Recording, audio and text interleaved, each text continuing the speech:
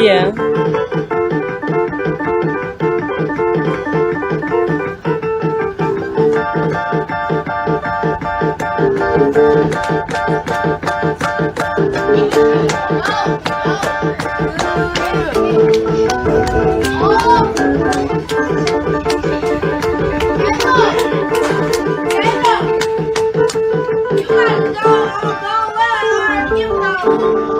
I'm not about to, he don't know. Oh, Black American. Yeah. What is that about? Because I feel like that's pure division, if I'm not gonna... It is. But I get it. I don't agree with it, but I get it. This is what it is. There were too many black people from outside Africa, from outside America, going to America and playing the arse. And what it is African Americans spotted this and spotted that there's a consistent pattern. Black Caribbeans, black people from Africa going to America and being the arse. And what the FBA agenda is putting up a wall and saying, no, you guys can't be a part of this if you're going to be on that, raccoon train. When you say playing the ass, what? Because from what I know, a lot of Africans, a lot of Caribbeans who go there, academically, they're surpassing them. And also business-wise, they're surpassing them. So who was playing the ass?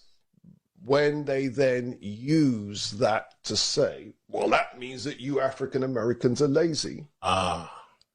Do you see? Yes. And then being on some right-wing conservatism, let's throw African Americans under the bus. That is true. Let's pretend that Jim Crow didn't happen, redlining didn't happen, breaking up of African American business districts, breaking up of African American families. The COINTELPRO didn't happen. The Iran Contras and then moving drugs into the black community didn't happen. Yeah. And there's a whole list of things continuing right up until now that the American government has done to African Americans. And so for those black people recently arrived from outside America, you all didn't face any of that. So of course you're going to be doing better than African Americans. Duh. Yeah.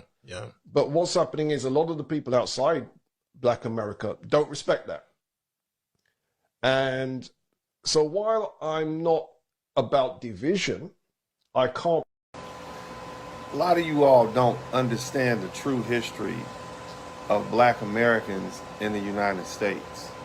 Most of you all think that we went straight from slavery, just straight up to poverty. Like we just jumped out the slave quarters and they set us free and we just start smoking crack and making babies, illegitimate babies.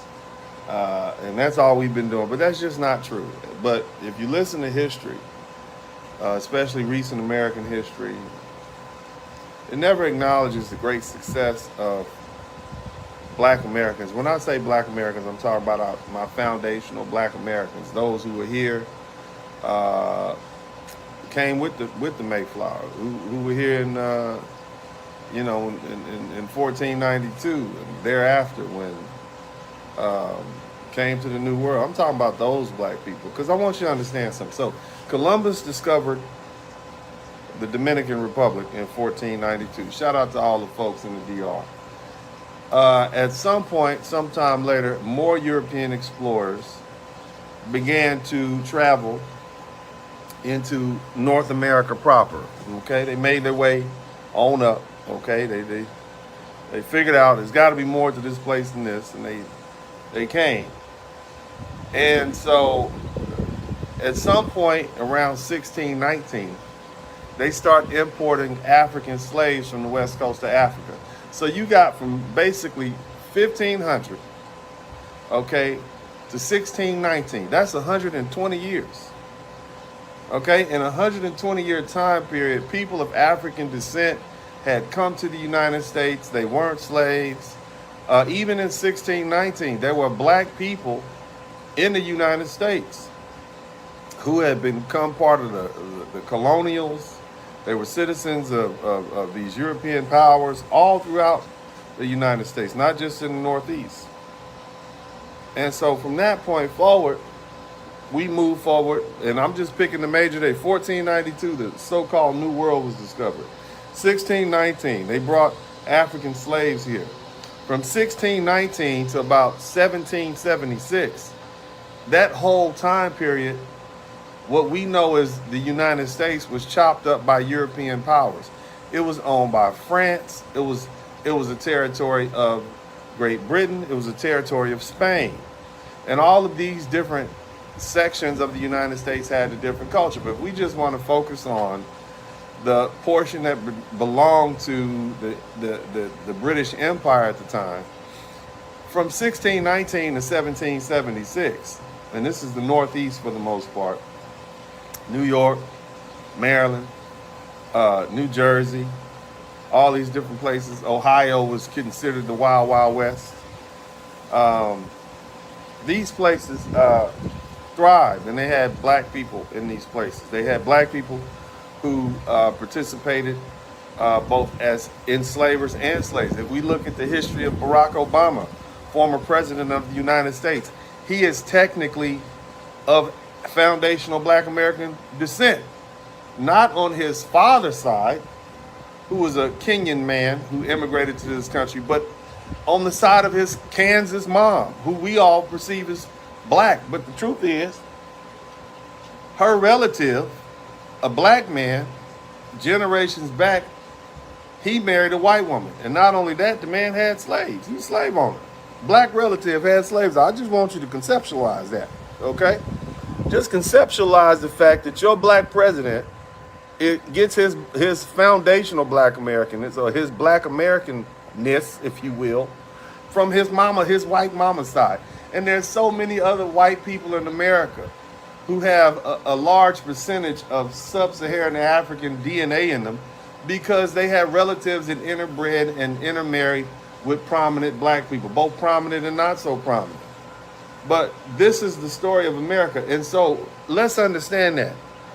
During that time period, okay, because they were bringing black slaves to the United States, they had to figure out, well, how do we delineate between these people who are slave owners and these blacks? We can't have, if we're going to institute a system of racial segregation or social class, we cannot continue to allow the Africans or people of African descent who are in this country to intermingle and intermarry with whites, because at some point we won't be able to distinguish between the people we need, who we brought over here to work and build this country up, with the people who own. So what do we have to do? We have to begin to start driving wedges between them.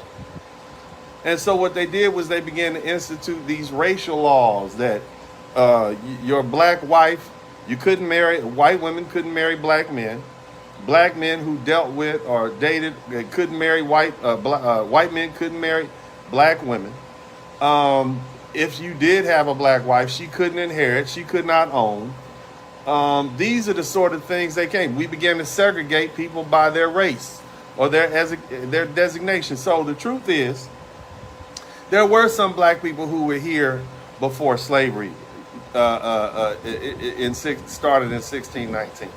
There was, and even during the worst of the so-called slave period here in the United States, from about 1619 all the way to 1865 at the end of the Civil War, you had about 1/3 of the black people in the United States, both in the North and the South, okay? Keeping in mind, the America that we look at today was about, at best, maybe one half of what it is now. And so America kind of stopped in Mississippi, and Mississippi itself was, for the most part, a territory freshly purchased from France. Florida was part of Spain up until just recently. All of these were territories. So America was just basically the Northeast, from Ohio over to the Atlantic, down to around South Carolina. That was it. America wasn't this huge continental landmass that we have now. But my whole point is this. You had black people who were prominent. 1/3 of the black people in the United States, even during the height of slavery between 1619 and 1865, they owned land, they had businesses. Yes, they were subject to the racial laws that were discriminatory and the systematic racism, and it got worked. There was no law against marrying someone of another ethnicity. That wasn't something that was created at the inception of what this country. That was something that came along because there was a need to divide the people, because we needed to distinguish between the people who were going to be slaves, because we needed somebody to build this land up. And that's basically what the powers that be had in place. We had racial segregation because we needed to be able to divide the working class, the slave class, and the elite class. And we can't have these rich elites marrying these blacks, both men and women, because it would disturb the social order and mess with the economy. So the government stepped in and regulated marriage. And it was illegal up until the Loving case, Loving versus Virginia, where a white man wanted to marry what appeared to be a black and Native American woman. Up until that point, it was, illegal. But before that, at the inception of this country, it wasn't illegal. You see, so it was during that certain time period that what was called miscegenation was illegal. But my whole point is this. I want you to understand, black Americans have always done very well in the United States. And I want to skip to a time period, and there have always been free blacks. And so I'm going to skip to a time period in what would be the 1900s, which is basically from 1800 to 1899, where you had enclaves of black people in what is Los Angeles, on Central Avenue. We had doctors, we had lawyers, we had business owners. Central Avenue was the Black Wall Street of the West Coast.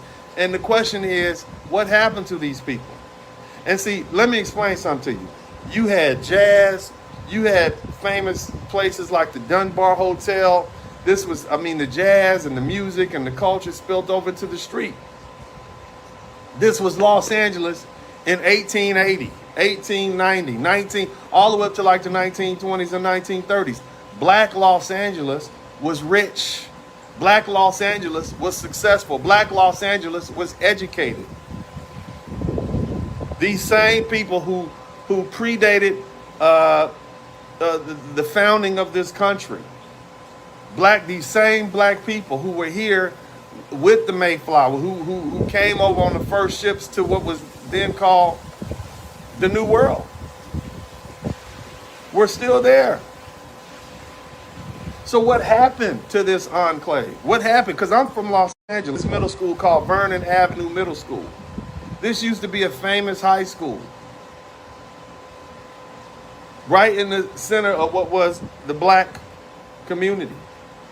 A thriving black community with professionals and doctors and lawyers and engineers. And LA was like a dreamland at that point, with big, beautiful houses and entrenched cultures and political power. And what did they do? Well, the thing you have to understand is that white people become jealous of black people when they see us doing well. They purposely target successful black people. Why? The truth is because it makes them feel bad. And I know you're like, what are you talking about? The idea that you have been raised to believe that you are better than a certain class of people, and in order to talk down to that person, you got to look up. Let me explain. I am a white person in the United States, and I've been brainwashed to believe it's merely because the color of my skin,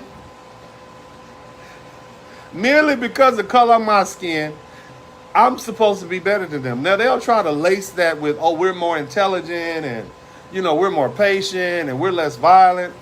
That's just BS, okay? It's just BS, but they believe it. And so, that's their problem.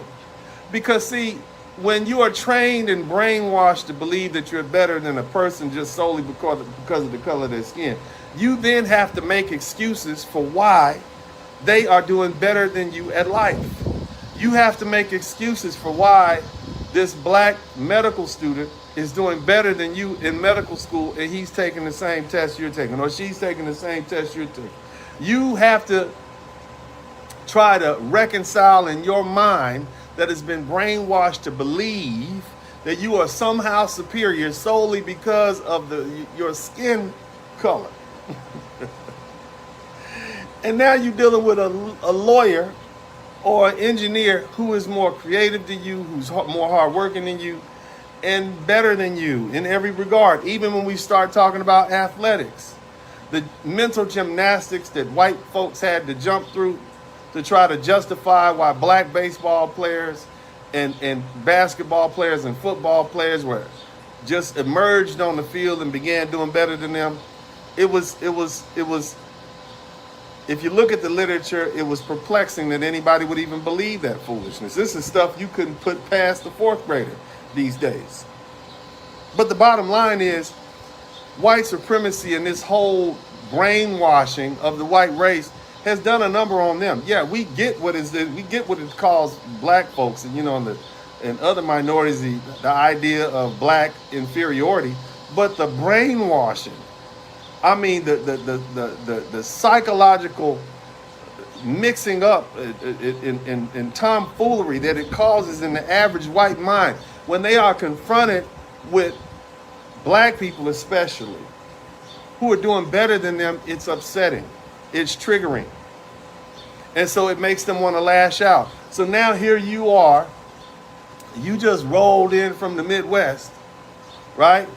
With your notions of white supremacy, and you show up on Central Avenue in Los Angeles, California, and you see these brilliant, beautiful black people with their businesses and their jazz and they're dressed well and they're sophisticated and they're articulate and they're well-spoken and they have beautiful homes and education and money and power.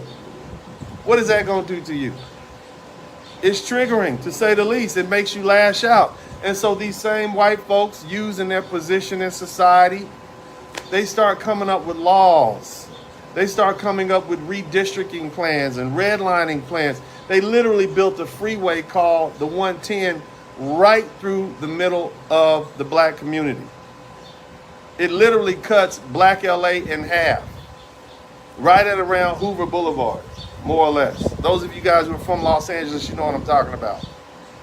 They built the 110 all the way through the black community. All the other places they could have built it, they built it right through a thriving neighborhood. If Central Avenue was the Black Wall Street, the hub of entertainment, the hub of business, they built it right through that area. Just cut the black community in half. And then what they did was they instituted something called redlining. They would literally get maps and write red lines around the black community and told banks, these are high-risk loans, don't do it. And so people who then wanted to get a bank loan to move into these wealthy, bustling, culturally enriched, entrenched black, they couldn't do it. So if you couldn't afford to pay for a house there, guess what? You couldn't get a house. So what do you end up with? A bunch of people who rent. And what do we know about renters? Anybody who's renting property, more likely than not, you know they're going to tear up something. They're not really vested in the community. They're not really paying property taxes. They just use the schools, but they're transient oftentimes. And so you don't have the caliber of citizen in that particular community as you would normally. So now you got redlining, you got a freeway which has busted the community in half, destroyed houses, displaced people who would normally live in that area. You just destroyed it. You can't get a bank loan. You can't live there. The schools are underfunded. All because you cannot take seeing these black people be successful. And this is not something that's just germane to the Los Angeles community in the late 1900s and early 20s. They did this to all sorts of black communities all around the country. And so now here we are, it's 2025, And we can look back to the 1920s and say, well, what happened to all these thriving black communities? White folks literally, because of their own jealousy and ineptitude and hate and this brainwashing done on them by these notions of white supremacy, couldn't take the idea that a black person could do better than them because it messes with their little fragile egos. And I'm not saying there aren't some great white folk and great people of all color. What I'm saying is that black communities have been specifically targeted because white folks were jealous of what they were done. They were literally envious of what they done. And if I can't have it, you certainly can't have it. And if you have it, you must have got it through hook and crook. You've done something you shouldn't have done. And therefore, we're going to do everything we can to destroy it because you didn't earn it. Even though these same white folks just got here in 1908 and during the immigration from Eastern Europe and all those places, and these black folks have been here since the country's inception. And yet they feel that they are more deserving to have America's promises fulfilled to them than the black folks who've been here and toiled and worked. Again, you've always had free blacks in the United States. More than 1/3 of the black Americans in the country at the time of the Emancipation Proclamation and at the time of the end of the Civil War were free men and women of color who actually owned. They were property owners. They were business owners.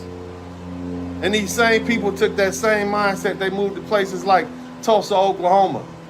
They moved to places in Los Angeles. They moved to places in Houston, all over the South, all over the North. Folks up in Detroit, black folks in Chicago. And so now guess what happens? So now here we are. From that time period, you had a concerted effort by the U.S. government to say, look, this black prosperity, we got to do away with it. And so our people have been personally targeted by the government and the policies. Why? You have to ask yourself, why?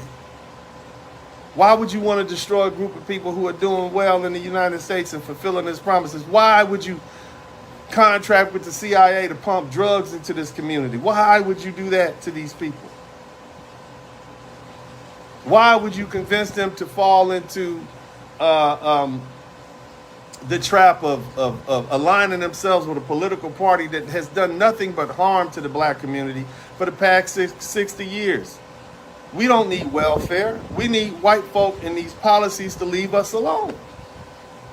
We're going to do perfectly fine. This is the same group of people who built thousands of churches around the United States, who built hundreds of historically black colleges and universities around the United States, who had thousands of communities, who were the most married group of people in the United States up until the 1950s before you all set these political policies and this backward weird notions of feminism on us. We were fine. And so now, here we are, having had to deal with the destruction of our communities, either literally being bombed out like that was the situation that happened in Tulsa, Oklahoma, or through policies, racist policies like redlining, designing to destroy black wealth and disseminate black wealth, and zoning, sending freeways and whatnot and industrial stuff. And here's the thing, they built freeways, they tore down black businesses and put up parking lots.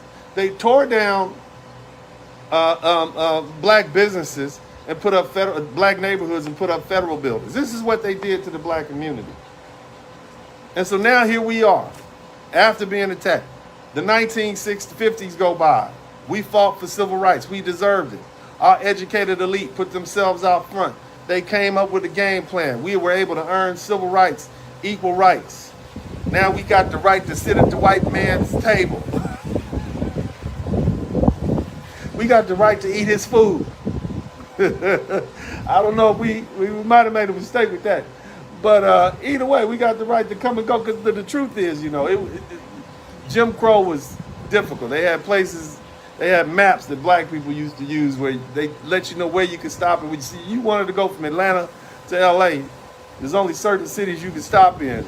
My daddy used to tell me that his granddaddy, my daddy would tell me that his daddy would have sandwiches And they would also have little bottles that they would pee in so that they wouldn't have to stop. They would literally go from coast to coast without stopping if they could, only in some places, so that they wouldn't have to deal with the segregation and racism of the South. But the bottom line is now you got all these immigrants who begin to show up.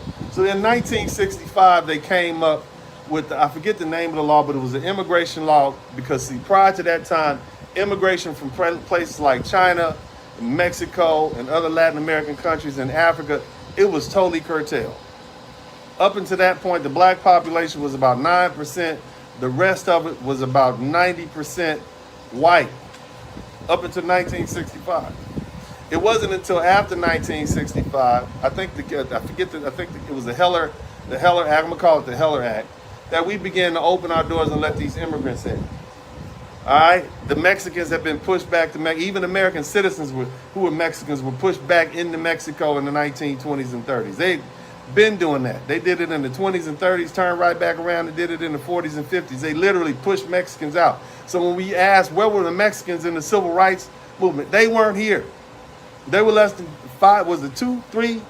I know it's less than 5% of the population. Asians basically didn't exist. Africans, they didn't like the blacks they had here. They wouldn't let more over here. So it wasn't until after 1965 that people from these other ethnicities began to come to this country. And what was going on in the black community in 1965? We had just got out of the civil rights movement. Okay? We were dealing with all the unrest in the community. In around about 1970, they began to flood our communities with dope.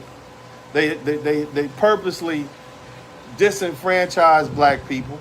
The homes and whatnot and wealth that they acquired after having moved to these northern cities to help the war effort. These factory jobs have been done away with. You got people on drugs. You got the dissemination of the black family. Because from 1950 on, the marriage rate began to decrease. You got drugs in the community, welfare, convince black women, hey, you don't need that black man, go on over there and be a strong, independent woman. So by the time these immigrants start really showing up in the 1980s, we're dealing with a crack epidemic and there's no daddy in the house. And so what do they see? They see a bunch of shiftless young people who didn't have a family structure. They don't know anything about Central Avenue. They don't know anything about Tulsa, Oklahoma. All they do is see is a bunch of shiftless black folks strung out on dope, dealing with police interactions.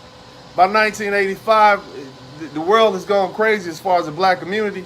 Rap music has taken over as a culture. Instead of having the black elite, the educated among us, the doctors and the PhDs, you got a bunch of lowlifes and degenerates holding themselves out as intellectuals. Not only are they pushing their intellectual jargon, but they're also pushing their cultural habits.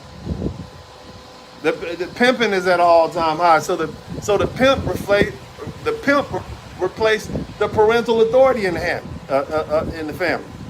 You don't have a father, you getting your ideals about manhood and masculinity from a pimp. So instead of being parents, we're being players. Instead of being housewives, we are being hoes or whores. This is what happened to the black community in the 1960s and the 1970s and the 1980s. So now you pop up in the 1990s, young black men are learning what they know about masculinity from gangster rap. The drug dealer is the ideal person to look up to in the community because he got the women, he got the money, he got the cars. There's no father. And by the time we get to the mid-90s, now you got the mass incarceration of black men, the destruction of the black community, the further destruction of the black community. Because remember, they tore it apart with these redlining laws and zoning laws. They tore it apart. They tore the family apart. They tore the black community apart. And now here we are, skipping ahead to 1990. Instead of the vibrant culture that we had that built things, that built these HBCUs, that built these colleges, that built these communities, you got that replaced with gangster rap.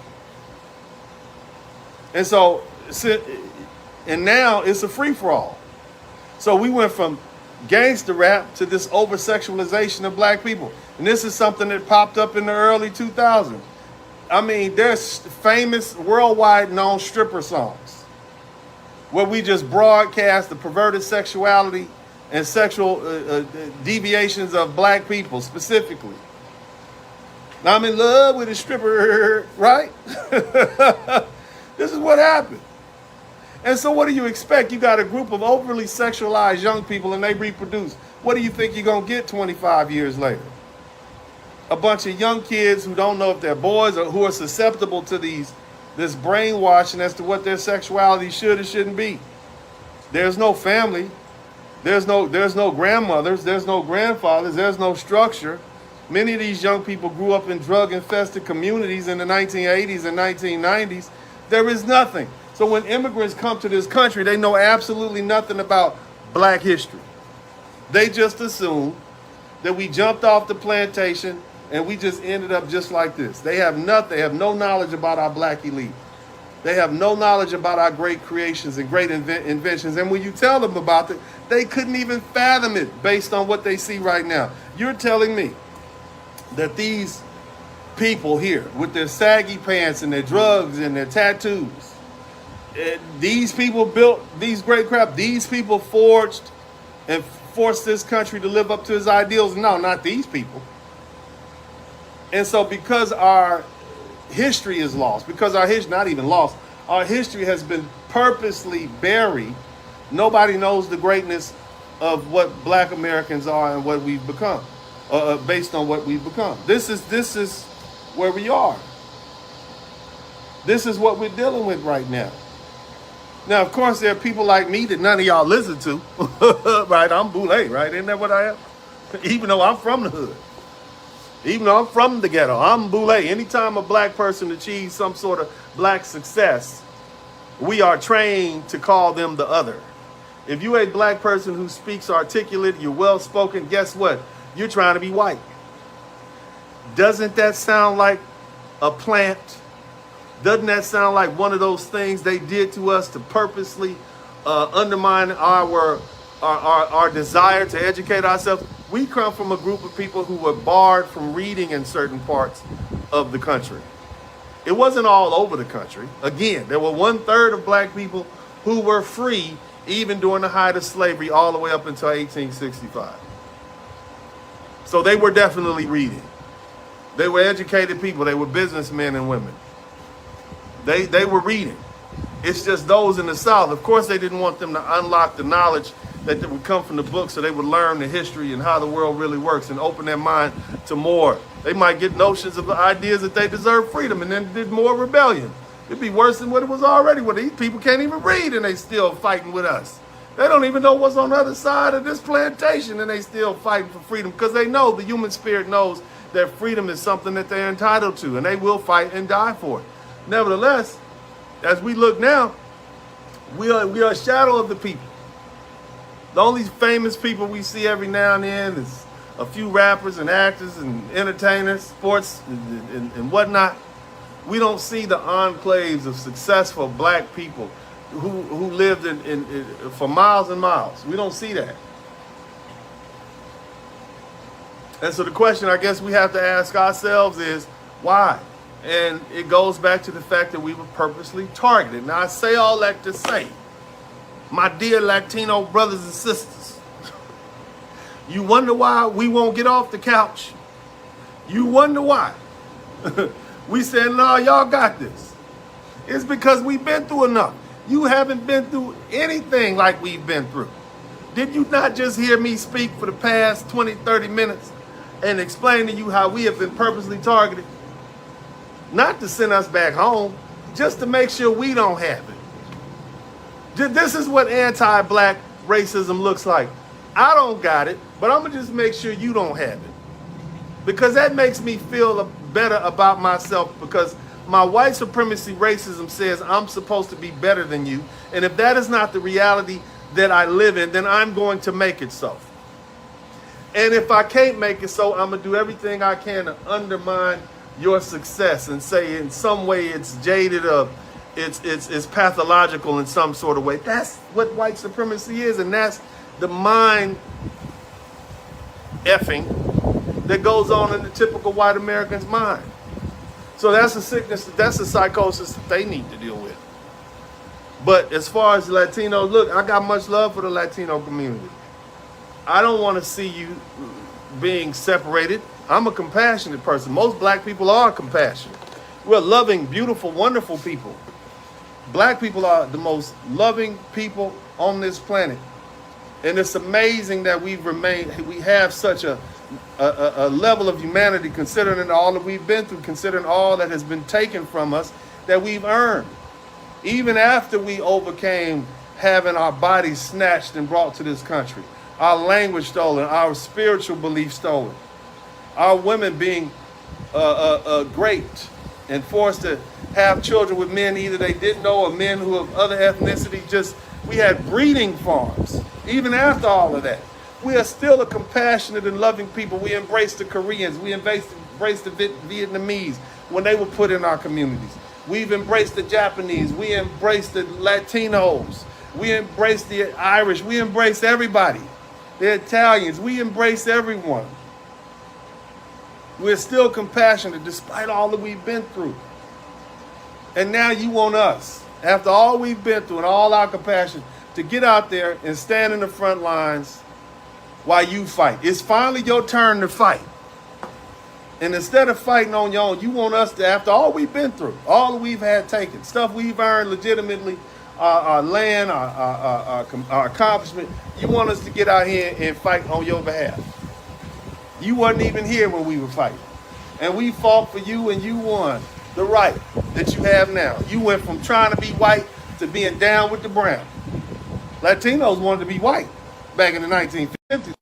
When we were doing all that civil rights fighting, keep that in mind.